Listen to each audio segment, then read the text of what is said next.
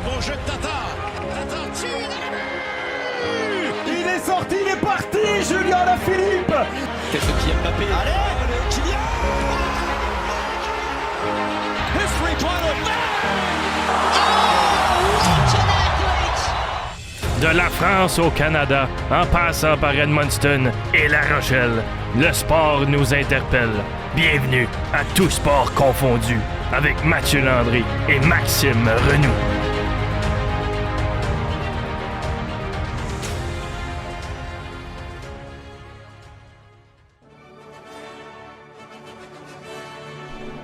« 04 04 04 ». Le 4 avril 2004, cette date symbolique restera à jamais gravée dans l'histoire d'un petit royaume ayant organisé le plus grand événement sportif du Moyen-Orient et de la région du Golfe, le Grand Prix de Formule 1 de Bahreïn.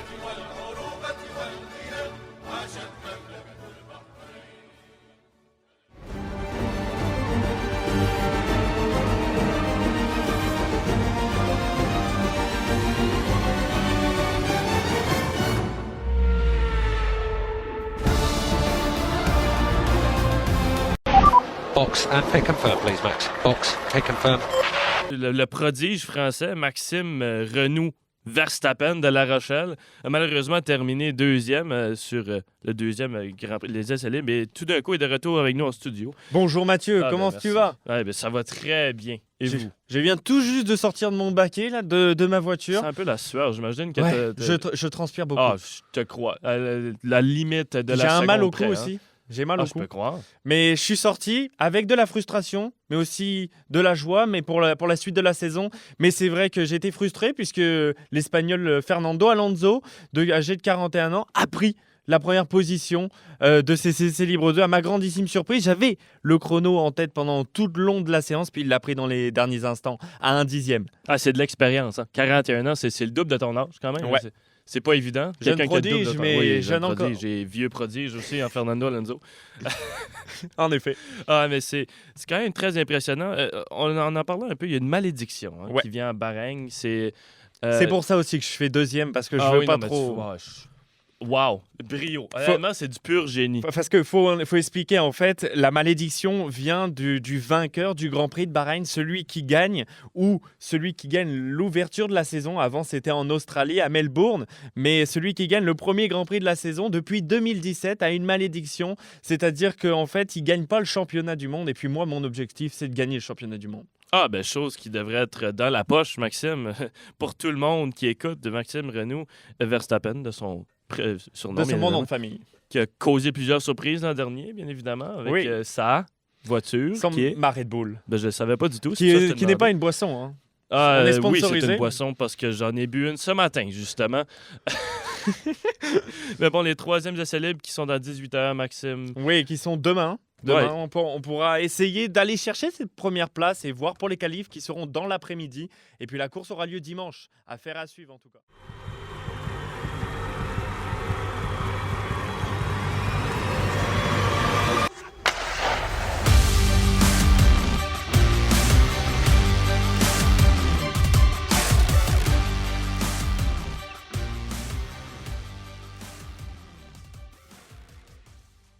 « 36 ans comme expert en communication. 25 ans avec le bleu, blanc, rouge. Attention, il est très dangereux, comme Denis Gurianov, notamment, avec son méchant snipe d'hier. L'homme, le mythe, la légende montréalaise, Donald Beauchamp. Bonjour. Ben bonjour, Mathieu et Maxime. Bonjour, à vous. Donc, ça nous fait plaisir de t'avoir avec nous ici en studio, bien évidemment. Tu es quelqu'un qui, apparemment, admire le sport. Et c'est le fun d'entendre parce que nous deux, on a vraiment pas les mêmes connaissances en sport, du tout. C'est pas on pareil. partage notre passion, mais on n'a pas les mêmes sports. C'est intéressant parce que malgré le fait que les gens m'associent beaucoup aux Canadiens de Montréal, à la Ligue nationale, parce que j'ai passé 25 ans, je m'intéresse énormément à tous les sports, dont entre autres le soccer, le foot européen et tout. Je porte beaucoup attention. J'aime beaucoup le baseball majeur et tout, mais le foot américain. Mais là, je crois qu'on va parler de soccer et de hockey. Je pense que ça va être intéressant. Oui, légèrement. Et en plus, le bleu, blanc, rouge. Donc moi, je pense que ça doit s'entendre que je suis français. Ça évoque un petit peu mon drapeau national, puisque c'est mes couleurs. Mais d'un point de vue de hockey, je n'y connais pas grand-chose. Mais par contre, d'un point de vue soccer... Cristobal Huet, c'est la seule Oui. chose qui nous réunit tous, je C'est pense. ça. Avec qui j'ai passé quelques saisons, personnellement. Ah! Oui. Intéressant. À part ta saison de junior majeur en 79-80, si je ne me trompe pas. Donc, 2 gardiens de but. Bon, OK, pour rappeler aux gens, j'étais gardien de but avec les Draveurs de Trois-Rivières en 79-80 dans la GMQ et mon entraîneur-chef était Michel Bergeron. Oui. Oui, j'ai vu quelques statistiques. Tu avais une équipe assez extraordinaire devant toi.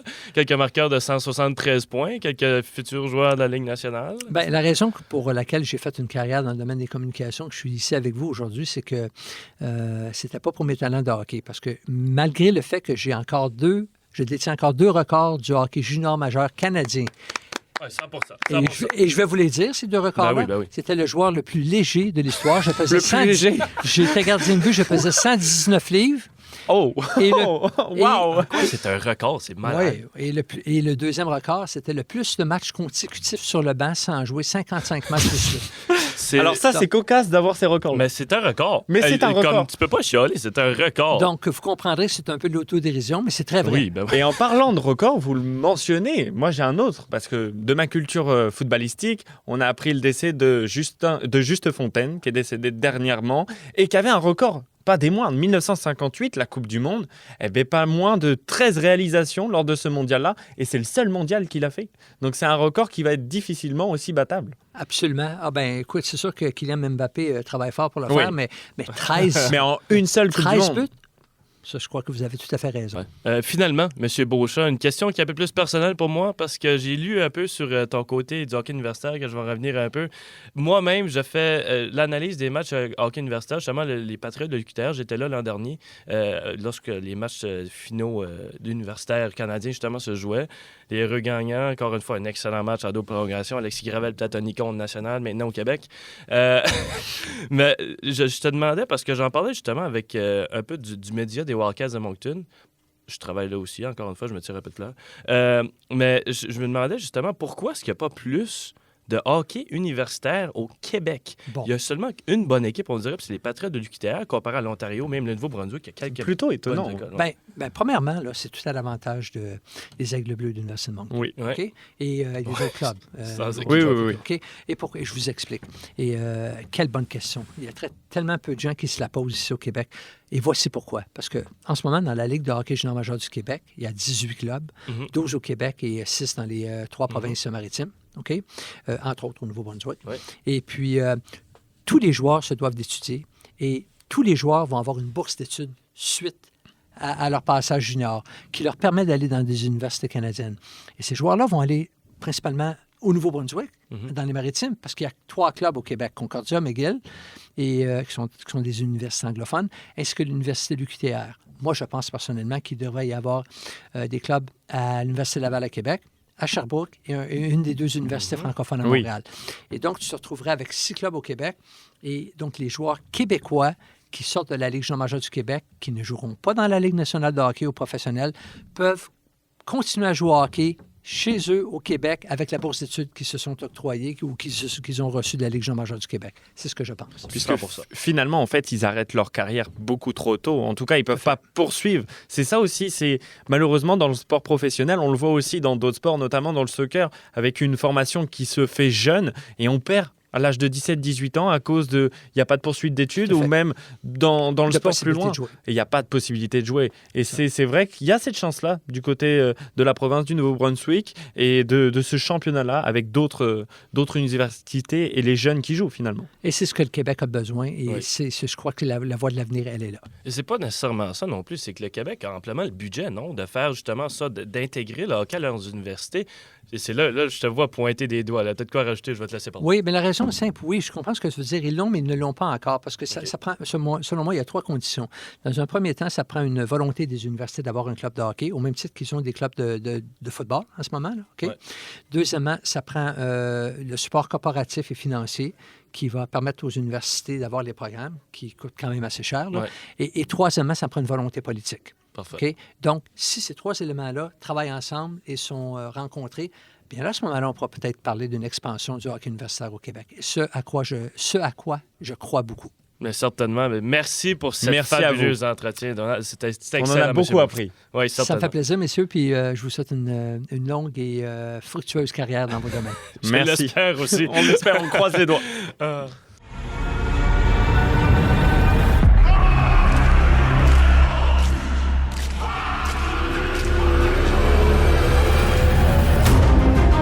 Rugby à 7. Oui, Mathieu. Oh! C'est vrai, rugby à 7. Qui dit rugby à 7 dit les séries à Vancouver ce week-end. On commence. Vrai. Et oui. C'est à ça que tu penses, toi, quand tu penses au rugby à 7? Non, c'est Moi, pas je ça. pense pas à rien. Je n'ai aucune idée C'est quoi pas à du ça rugby que je pense, mais pour un amoureux du rugby, Ah, c'est voilà. ce qui me fait penser à ça. Ah ouais. Pourquoi? Bon, comme vous avez pu le comprendre, je viens de La Rochelle, donc terre de rugby en France, dans l'ouest de la France. Et qui dit rugby dit passion pour moi. OK. Et donc, pour ma part, le rugby à 7, c'est pas un sport qu'on voit souvent. C'est un peu un dérivé du rugby à 15, mais avec beaucoup moins de joueurs. Donc, ils sont 7 sur le terrain à s'affronter dans chacune des équipes. Et le temps effectif de jeu est beaucoup plus moindre, on va dire, qui est moins important. Ça veut dire qu'on est à 14 minutes. Et c'est bien trouvé puisque c'est une période de 7 minutes pour 7 joueurs. Alors, si on avait dit que c'était... C'est un joueur par minute sur le terrain quand tu penses. C'est un peu ça. Imagine. Et le rugby à 15 se joue, contrairement au rugby à 7, sur 80 minutes. Par contre, on garde les mêmes dimensions de terrain. Donc, on est sur 100 mètres à 50 mètres. Donc, ça laisse plus d'espace. Le rugby à 7, finalement, c'est un rugby rapide, précis et très télégénique. Donc, très spectaculaire. Ça n'empêche qu'il y a aussi des stratégies. Et donc, on va pouvoir voir... en ce vendredi, l'entame de ce Rugby 7.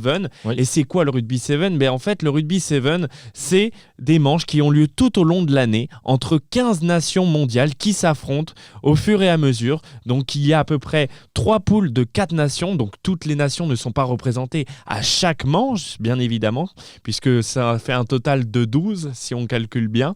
Si on fait Bonne 4 fois 3. mathématique, ça, Maxime. Et oui, si on fait 4 x 3, ça fait 12. Donc, il y a 3 nations en fait, qui tournent et qui vont jouer d'autres manches et où d'autres nations ne viendront pas à ces manches-là.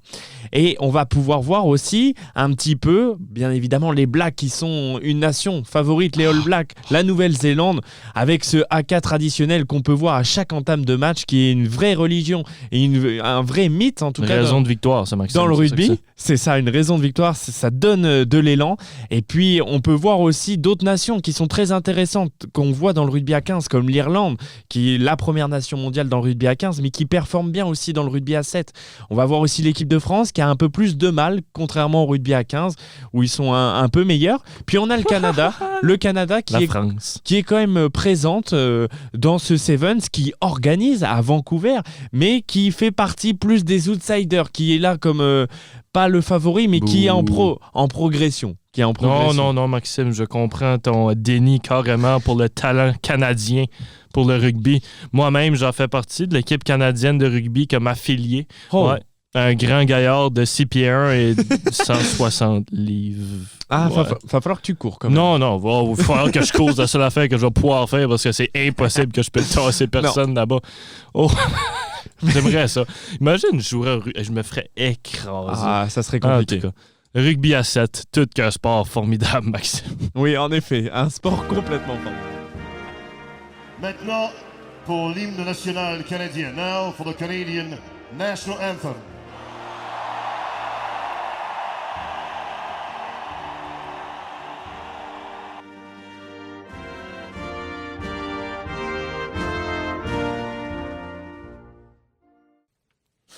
Mathieu, je regarde ma montre. Punaise, j'avais complètement zappé qu'on était quasiment le 3 mars et puis que c'est à la fin des Jeux du Canada.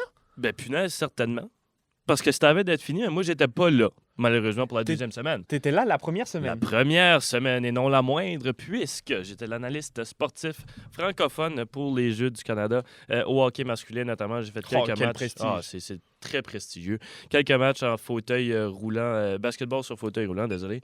Mais durant la semaine que j'étais là, j'ai eu la chance de voir notamment Gavin McKenna, qui, tu le sais probablement pas, mais c'est le meilleur espoir. C'est le Kylian Mbappé en 2017. Oh, Ah oui, et voilà. ah, ça me rappelle La des souvenirs, référence, de hein, beaux ouais. souvenirs.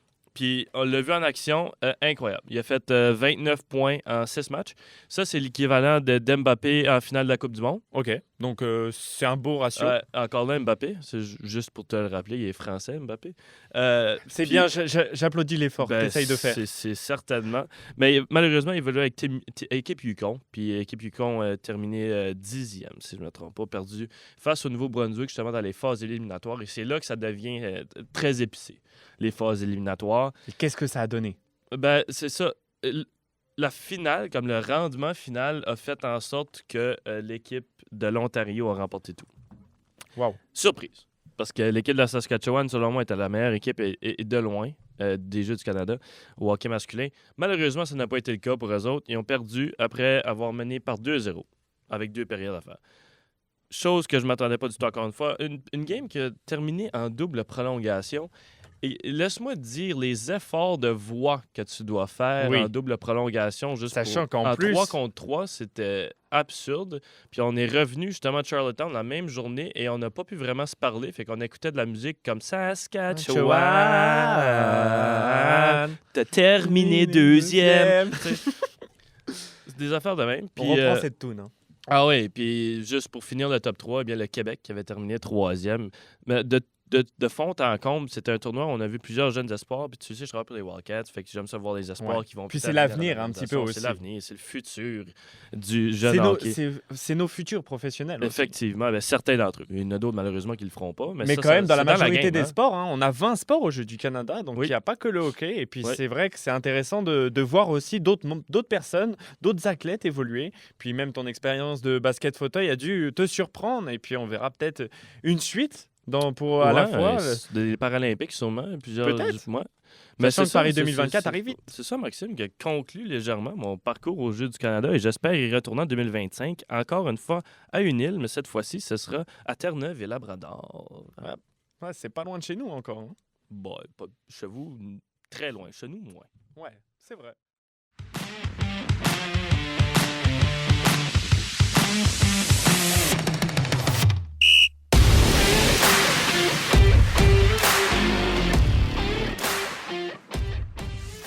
Mathieu, 3 mars aujourd'hui, je regarde un petit peu la date du jour. Est-ce qu'il y a un éphéméride? Ouais, ben, fort que tu remontes ton calendrier 140 années et plus pour retrouver l'année 1875. Waouh, on est remonté loin. Même le 3 mars, remonté très loin. Et Maxime, le premier match intérieur organisé de hockey, c'est ça que je voulais te parler un peu d'aujourd'hui. Le premier match fondateur. Le match fondateur et le pionnier étant James Creighton, le néo-écossais qui a importé ce sport de l'Écosse, qui, bien évidemment, est l'ancêtre de la Nouvelle-Écosse.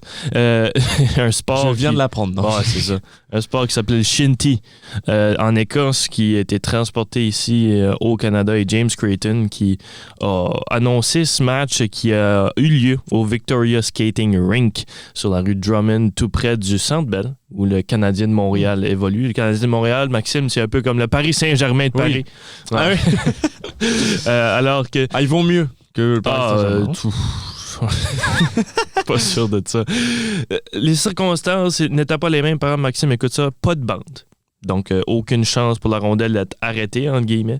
9 joueurs par équipe. Donc 9 joueurs? Ouais, 18 joueurs. Alors qu'il y en a 6 aujourd'hui par équipe? Ouais, 6, mais 5 qui patinent, un gardien. Fait qu'en même temps, c'est un peu moins que 9 quand tu y penses. Ça veut dire qu'il n'y avait pas de gardien à l'époque? Non, c'est ça que j'étais en train de te dire exactement. Puis les patinoires d'aujourd'hui, les patinoires dans le passé, dans le temps du premier match organisé, étaient très similaires. Donc, vraiment, aucune place. C'était vraiment congestionné là, sur la surface. Puis les buts, Maxime, c'était comme dans le bon vieux temps alors qu'on jouait au soccer sur la rue. 2 poteaux. 2 poteaux. Fixe comme à l'école. Ouais, comme avec à l'école, des petits blousons. Ouais, ok. Comme si on jouait juste pour le plaisir, mais c'était le premier match de hockey organisé entre l'équipe Creighton et l'équipe Charles Torrance, qui c'était 2 équipes de l'Université McGill qui s'affrontaient là, de hockey. Et l'équipe de Creighton l'a remporté par 2 matchs ou 2 buts. Ils ont 2 matchs dans le temps, 2 buts présentement. James Creighton, présentement dans le temple de la renommée du sport de la Nouvelle-Écosse. Donc, c'était vraiment le pionnier du hockey organisé. Maxime, j'aurais aimé ça te voir, toi, sur bottine dans ce temps-là. J'aurais bien voulu. Tes bâtons. Ouais, le shinty, c'était très dangereux, par contre. Ah, mesdames et messieurs, c'est ça qui met fin à l'émission et au segment ici d'éphéméride à chaque semaine. Ça comme nous on le a fait, comme remonté un d'habitude. petit peu dans le temps. Un peu, ouais. 1875. Un petit rappel que vous pouvez retrouver notre balado sur toute plateforme numérique. On parle de Spotify, Apple, Deezer, ouais. Apple. Nommez-les. Il y en a énormément. Ouais, tu pourras nous retrouver un peu partout. Au nom à moi-même, Mathieu Landry, votre animateur. Au nom à Maxime Renou, on vous dit bon match.